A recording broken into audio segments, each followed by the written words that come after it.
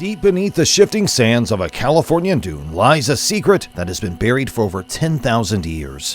What was once an ordinary stretch of beach has become a time capsule, preserving evidence of a long-forgotten era. But as a team of archaeologists unearthed this buried treasure, they were about to discover something that would leave them reeling. What did they find buried in the sand, and what secrets did it hold? Let's explore to know more. A recent raid on the Casa de Jaguars in Venezuela resulted in the seizure of more than 150 pre-Columbian artifacts that belong to Costa Rica. These artifacts are currently in the process of being returned to Costa Rica. According to a report that was published in a La Nacion by Andrea Solano B, the deceased Estonian man known as Mannil Mikhel was the owner of the property. He was the one who named the house after a wall that was embedded with stolen pre-Columbian stone jaguar metates. The most significant discovery made during this operation was a pair of pre-Columbian stone spheres from Costa Rica. Each of these spheres measured between 50 and 70 centimeters in diameter. There is no clear explanation for where the stone balls came from. Are the spheres the work of pre-Columbian artisans, as the archaeologists and other specialists who contributed to the spheres gaining recognition as a UNESCO World Heritage Site in 2014 hypothesized? Or did they originate from natural processes like the concretions that may be found at Bowling Ball Beach in Mendocino County, California, the Moraki boulders in New Zealand, or the Las Piedras Bola in Ahualoco, Mexico? Stone spheres are regarded as divine presence by the Brea people, who have lived in the Talamanca region of Costa Rica for the past 10 millennia and make up the biggest living indigenous population in the country. According to the cosmology of the Brea people, the god of thunder, Tara, used an enormous blowpipe to throw stones at Circes, the god of winds and hurricanes, in order to expel Circes from the land. Tara did this by driving the stones into his eyes. The Brea people have maintained ancient agricultural traditions for thousands of years. They use large, round, and ovoid stones for grinding grain and cocoa, which are staples in their everyday diet. Flat river rocks are used as metate, which is the Spanish word for grinding stones.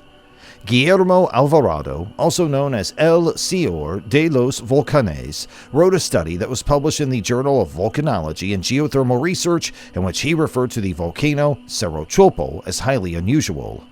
This volcano is situated in the northern region of Costa Rica. According to Alvarado, Cerro Chopo is the only volcano of its kind that has ever been documented on Earth.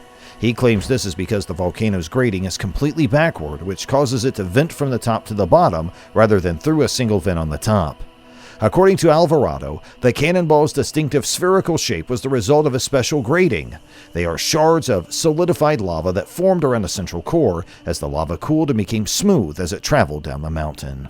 Director Cecil B. DeMille oversaw the building of the set for his epic silent film The Ten Commandments back in the year 1923. The golden age of Hollywood necessitated the construction of the largest movie set ever, and DeMille's City of the Pharaoh in the Guadalupe Nipomo Dunes in Central California was just that. DeMille had the crew dismantle the set and bury some artifacts in the sand dunes after filming Wrapped. Since the 1980s, movie fans and archaeologists have been scouring the dunes for relics related to the Ten Commandments, but the most intriguing find was just recently made. Archaeologists from the Dune Center, a non-profit associated with the Guadalupe Nipomo Dunes, announced the discovery of a perfectly intact 300-pound plaster sphinx that had been part of the set 95 years earlier. This head is a striking terracotta orange, in contrast to the majority of the other artifacts that have been discovered, which have been either white or light peach in hue. The Guadalupe City Center's Dune Center Museum will be the head's permanent home. The piece is unlike anything found on previous digs, Doug Jensen, executive director of the Dune Center, said in a statement. The sand has protected most of it, and the paint is still in good shape. Objects in black and white films were actually painted highly bright colors. This is noteworthy and demonstrates that we are continually uncovering unexpected parts of film historical movie creation. When returning to the location to unearth the rest of a previously discovered Sphinx body, the archaeologists came across the head. Paul Iribe, a French fashion designer and Coco Chanel's admirer, created a total of 21 Sphinx bodies for the scene. It was speculated that DeMille had ordered the artifacts buried to avoid the expense of transferring them out and to prevent their use by competing filmmakers, but the excavation process had been delayed due to the high price tag. Sand provides for drainage, which is likely why the set pieces have lasted so long. Without it, Jansen claims, the artifacts would turn to mush. This recently uncovered face is 8 feet in height, 3 feet in width, and a whopping 5.5 feet in depth. They used surfboards and plywood to slide it out of the dunes and away from the swimming pool-sized hole in which it had been dug. Sometime in the summer of 2018, it will be shown among the other props and costumes unearthed, as well as some personal effects belonging to the cast and crew during filming, such as makeup and tobacco tins from the Prohibition era. In its heyday, the population of Bodhi, California reached 10,000 people, making it one of the most famous and recognizable ghost towns in the state of California.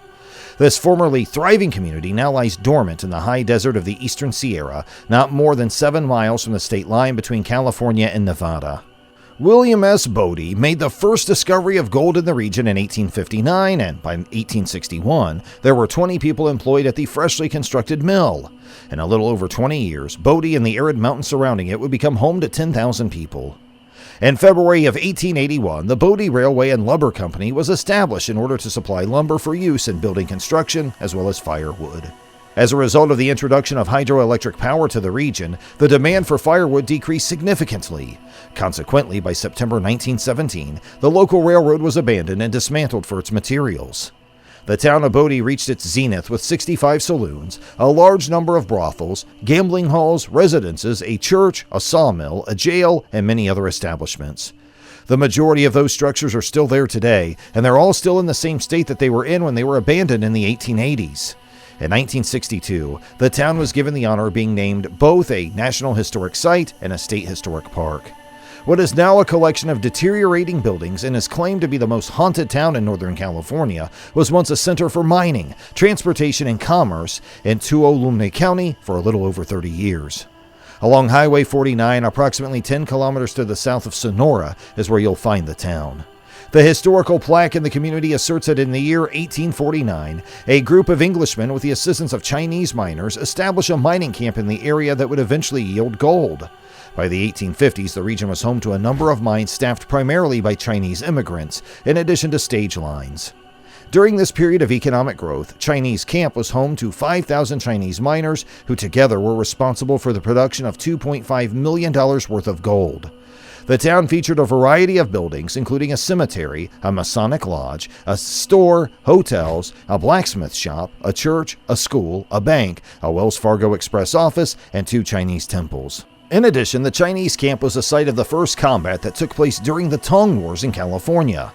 This conflict, which took place between the Sam Yap and the Yan Wu Tings, was responsible for the deaths of a number of Chinese inhabitants. The skeleton remains of a human individual that came to be known as the La Brea Woman were found in the La Brea tar pits in the city of Los Angeles, which is located in the state of California in the United States. In 1914, the bones, which are pieces of a woman's skeleton, were discovered for the very first time in the pits where they had been buried.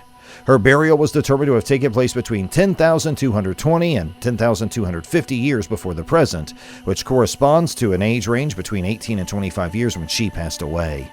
In all the history of the La Brea tar pits, these skeleton remains are the only ones of human nature that have ever been discovered.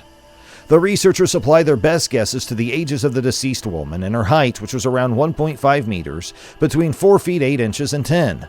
The researchers have cause to think that she subsisted on a diet consisting of stone-ground meals according to the residues that were detected in her teeth. The researchers believe that she took a blow to the head, which led to the fracture of her skull and may have been the cause of her death.